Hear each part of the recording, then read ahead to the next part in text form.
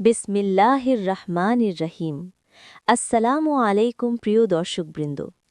আজ আমরা শুনব এক আশ্চর্য ও শিক্ষামূলক ইসলামিক ঘটনা, মহান নবী মুসা, হজরত মুসা আলাইহি আসসালাম এবং অত্যাচারী শাসক ফিরাউনের কাহিনী।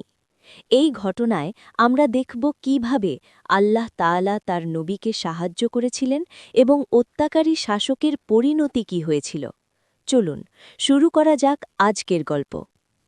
অনেক বছর আগে মিশর দেশে রাজত্ব করত এক অত্যন্ত অহংকারী ও নিষ্ঠুর শাসক ফিরাউন।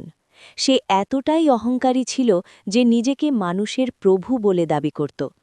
ফিরাউন বনি ইসরায়েল জাতির ওপর ভয়ঙ্কর অত্যাচার চালাত, তাদের দিয়ে কঠিন কাজ করাত, অনেককে হত্যা করত এবং তাদের স্বাধীনতা কেড়ে নিয়েছিল। তখন আল্লাহ তাআলা তার বান্দাদের সাহায্য করার জন্য নবী হিসাবে পাঠালেন হজরত মুসা আলাইহি আসসালামকে। মুসা আলাইহি আসসালাম ফিরাউনকে আল্লাহর পথে আসার জন্য দাওয়াত দিলেন, কিন্তু ফিরাউন সেই দাওয়াত গ্রহণ না করে আরও অহংকার করতে লাগল। একদিন আল্লাহ তাআলা মুসা আলাইহি আসসালামকে নির্দেশ দিলেন, তুমি বনি ইসরায়েলকে নিয়ে রাতের অন্ধকারে মিশর ছেড়ে বের হয়ে যাও। মুসা আলাইহি আসসালাম আল্লাহর নির্দেশ মেনে তার অনুসারীদের নিয়ে যাত্রা শুরু করলেন। তারা দ্রুত মিশর ছেড়ে দূরে চলে যাচ্ছিল। কিন্তু কিছু সময় পরে খবর পৌঁছে গেল ফিরাউনের কাছে। ফিরাউন রাগে ফেটে পড়ল এবং বিশাল সৈন্যবাহিনী নিয়ে তাদের পিছু নিল। মুসা আলাইহি আসসালাম ও তার সঙ্গীরা কিছুক্ষণ পর একটি বিশাল সমুদ্রের তীরে এসে পৌঁছালেন।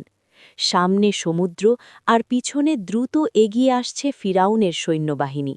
বনি ইসরায়েলের লোকেরা ভয় পেয়ে গেল। তারা বলল, হে মুসা, আমরা তো এখন ধরা পড়ে যাব। কিন্তু মুসা আলাইহি আসসালাম দৃঢ় বিশ্বাস নিয়ে বললেন, কখনোই না, নিশ্চয়ই আমার রব আমার সাথে আছেন, তিনি অবশ্যই আমাদের পথ দেখাবেন। এটাই ছিল একজন নবীর আল্লাহর ওপর অটুট বিশ্বাস। তখন আল্লাহ তাআলা মুসা আলাইহি আসসালামকে নির্দেশ দিলেন তার লাঠি দিয়ে সমুদ্রকে আঘাত করতে। মুসা আলাইহি আসসালাম আল্লাহর আদেশ মেনে তার লাঠি দিয়ে সমুদ্রকে আঘাত করলেন। সঙ্গে সঙ্গে আল্লাহর কুদরতে সমুদ্র দুই ভাগ হয়ে গেল। মাঝখানে তৈরি হলো একটি শুকনো রাস্তা, আর দুই পাশে দাঁড়িয়ে রইল বিশাল পানির দেওয়াল। মুসা আলাইহি আসসালাম ও বনি ইসরায়েল সেই পথ ধরে নিরাপদে সমুদ্র পার হয়ে গেলেন।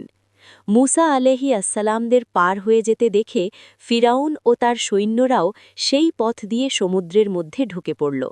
কিন্তু তারা মাঝখানে পৌঁছানোর পর আল্লাহর আদেশে সমুদ্র আবার এক হয়ে গেল। বিশাল ঢেউ এসে ফিরাউন ও তার পুরো সৈন্যবাহিনীকে ডুবিয়ে দিল। এইভাবে আল্লাহ অত্যাচারীর শাস্তি দিলেন। এই গল্প থেকে আমরা বড় একটি শিক্ষা পাই, যে ব্যক্তি আল্লাহর ওপর ভরসা করে আল্লাহ তাকে কখনো একা ছেড়ে দেন না, আর যারা অহংকার করে ও মানুষের ওপর অত্যাচার করে তাদের পরিণতি সব সময় ভয়াবহ হয়। ভিডিওটি ভালো লাগলে লাইক দিন, শেয়ার করুন এবং ইসলামিক গল্প শুনতে আমাদের চ্যানেলটি সাবস্ক্রাইব করুন। আসসালামু আলাইকুম ওয়া রাহমাতুল্লাহ।